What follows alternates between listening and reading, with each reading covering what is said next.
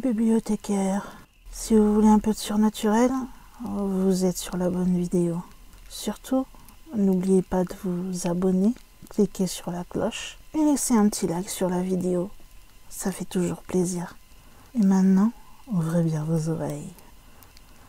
Ceci est le témoignage de tout ce que j'ai vu et de tout ce que j'ai appris. Je dois noter tout ce que je peux à propos des horreurs qui hantent le monde extérieur. Et si je ne parviens pas à achever ma tâche, servez-vous de ce que vous trouverez ici pour découvrir le reste. Car le temps est compté et l'humanité ne sait pas quelles calamités sont sur le point de s'abattre sur elle. Que les dieux vous accordent de mourir avant que les grands anciens règnent de nouveau sur la terre. Ça, c'est l'avertissement auquel tout le monde a eu droit quand il a découvert le Necronomicon. Le Necronomicon, c'est un ouvrage fictif du mythe de Cthulhu qui a été inventé par l'écrivain américain Lovecraft.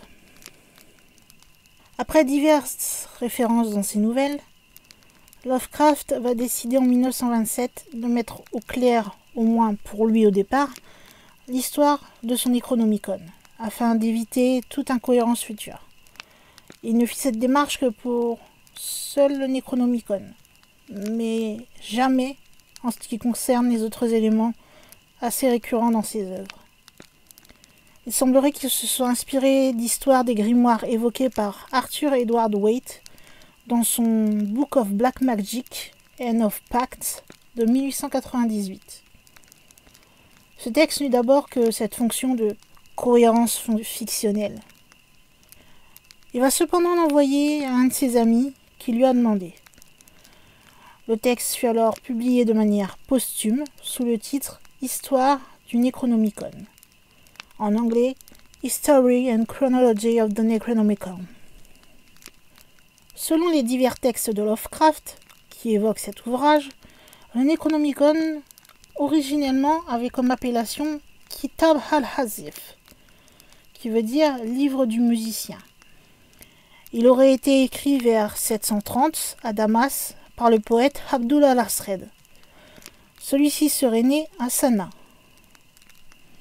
Il aurait beaucoup voyagé, visité la légendaire Irem, qui est dite la cité aux 1000 piliers, ainsi que les ruines de Babylone et de Memphis.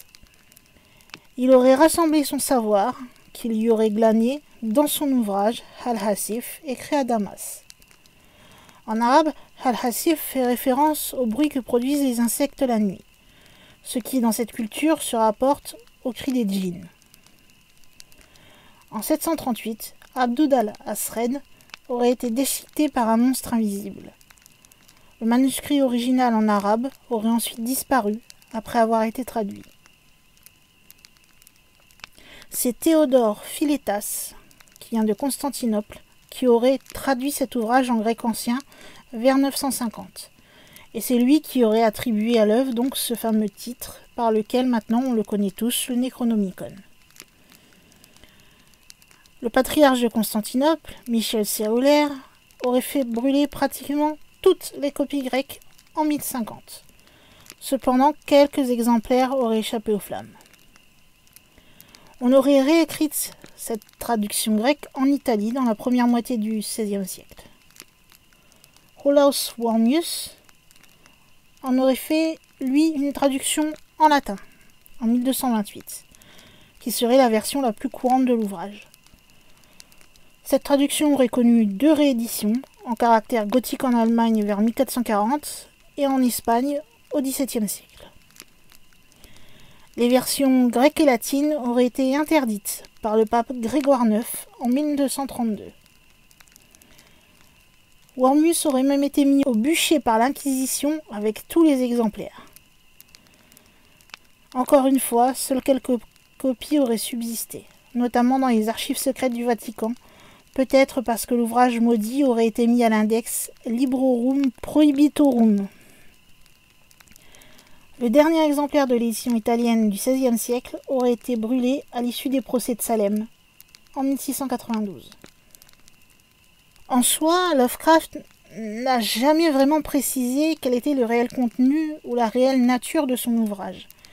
C'est alors que de nombreuses spéculations vont alors se développer. On va suggérer que le Necronomicon était tout simplement une histoire naturelle des autres mondes, ou des textes sacrés, des dieux obscènes.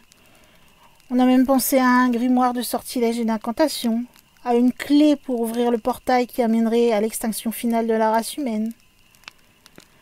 Cependant, si son contenu reste subodoré à partir de ce qui se trouve dans les principaux grimoires qui datent du 8e siècle, alors on y trouverait diverses prières, des conseils d'hygiène et de nutrition, des listes d'ingrédients pour des potions. L'ensemble serait suffisamment parcellaire pour que les lecteurs soient obligés d'avoir recours à d'autres textes pour combler les lacunes ou pour essayer de comprendre les sortilèges et les potions inscrites. Dans le livre Le Molosse, le Necronomicon n'est pas encore un livre de sortilèges, puisque les deux personnages principaux n'y trouvent aucun moyen de se protéger du sorcier qu'ils ont déterré. Le livre va n'offrir que de la connaissance occulte. Quant à l'auteur, Abdul al-Azred, il y est décrit comme un démonologiste. Par contre, dans son livre Le Festival, Lovecraft va placer plutôt le Necronomicon avec des ouvrages consacrés à la sorcellerie. On va donc pouvoir penser qu'il serait un ouvrage de sorcellerie lui-même. Cependant, son utilisation lors d'une cérémonie culturelle en ferait plutôt un livre sacré. Cette idée va être renforcée par le livre L'Appel de Cthulhu, où il va servir aux cérémonies religieuses d'une secte d'adorateurs de ce grand ancien. Dans les nouvelles suivantes, ainsi que dans l'affaire Charles Dexter Ward, l'ouvrage va apparaître comme un grimoire de magie. Ainsi, le 7e livre du Necronomicon contiendrait des incantations pour ressusciter les morts. D'autres passages, quant à eux, permettraient de voyager dans le temps. Il y aurait aussi des incantations pour attaquer les ennemis du sorcier. Cependant, il arrive aussi que le Necronomicon soit présenté comme un ouvrage beaucoup plus puissant qu'un simple grimoire de magie. Dans l'affaire Charles Dexter Ward, il suffit sans aucune connaissance occulte de lire à haute voix une seule des incantations pour déclencher le sort. Le principal mythe qu'il y a autour du Necronomicon, c'est celui de son existence même. Malgré le fait que ça n'a jamais été mentionné avant Lovecraft et que lui-même ait admis l'avoir inventé, pour Lovecraft, ce que ses lecteurs imaginent le temps de leur lecture, c'est que le Necronomicon peut exister. Et donc, pour lui, ça participe à la suspension consentie de l'incrédulité. Les détails précis vont augmenter le plaisir de la lecture, mais ils ne sont destinés cependant à durer que le temps de la lecture.